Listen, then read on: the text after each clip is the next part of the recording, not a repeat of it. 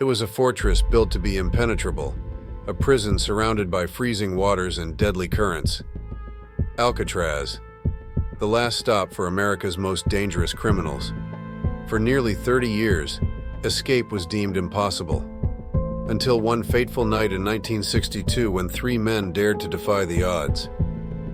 This is the story of Frank Morris and the Anglin brothers, three men who vanished into the night and left behind one of the greatest mysteries in history. Did they survive the treacherous waters of San Francisco Bay? Or did their plan lead to their doom? Stay with me, because by the end of this video, you might have your own theory to share. To understand this escape, you have to understand Alcatraz itself. Opened in 1934, it was the crown jewel of the federal prison system. Designed to hold the most incorrigible inmates, Alcatraz was a fortress of isolation. Located on a rocky island a mile and a half from San Francisco, it was surrounded by freezing, shark-infested waters and deadly currents, from the reinforced concrete walls to the metal detectors at every checkpoint. Escape? Unthinkable. But that didn't stop Frank Morris and the Anglin brothers. Frank Morris was no ordinary criminal. Known for his sharp intellect and IQ reportedly above 130, Morris had a history of escape attempts from other prisons. Then there were John and Clarence Anglin, brothers who grew up swimming in the icy rivers of Florida. Together, they formed a plan so audacious it would captivate the world. The plan started in the most unlikely of places, the men's own cells, armed with nothing more than spoons, scrap metal. The trio spent months working on their escape. Night after night, they chipped away at the air vents in the back of their cells, slowly enlarging them just enough to crawl through. Behind the walls, they constructed a secret workshop. Using stolen and scavenged materials, they built everything they needed for the escape: paddles, life vests, and even a raft made out of more than 50 stolen raincoats. But the real stroke of genius? The decoys.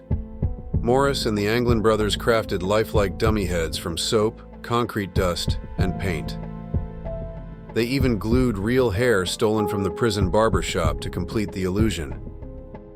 On the night of their escape, they placed these heads in their beds to fool the guards during nightly head counts. The plan was meticulous. They waited for the perfect moment. June 11th, 1962. As the prison slept, the men crawled through the vents, maneuvered through the tunnels, and climbed to the roof. The sound of their escape was drowned out by the roar of the bay's winds.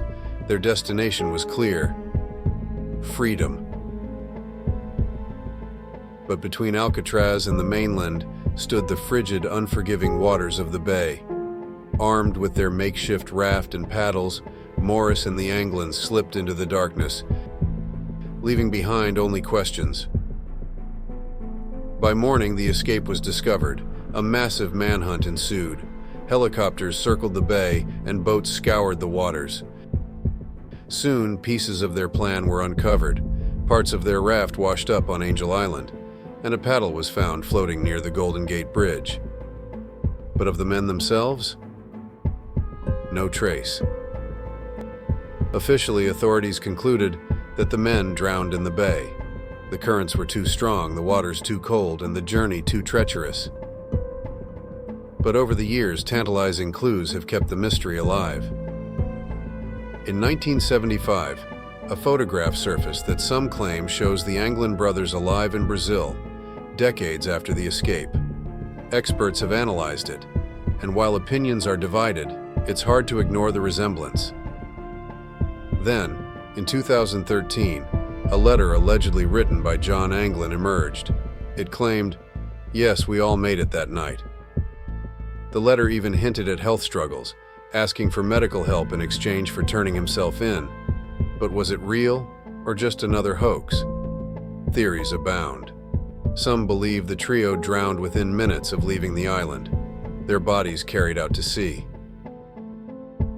Others argue that Morris and the Anglins had meticulously planned their escape, with accomplices waiting to pick them up and help them disappear forever.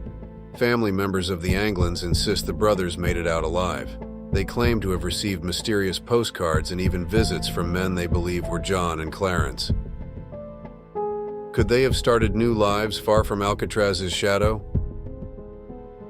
For over 60 years, this case has captured imaginations. It's a story of ingenuity, determination, and the enduring human desire for freedom. But the question remains, did they succeed? Or did Alcatraz claim its final victims that night? What do you think?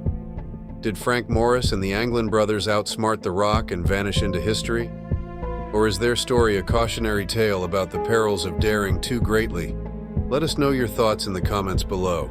Hit the like button if you enjoyed this journey, and don't forget to subscribe. Until next time, stay curious.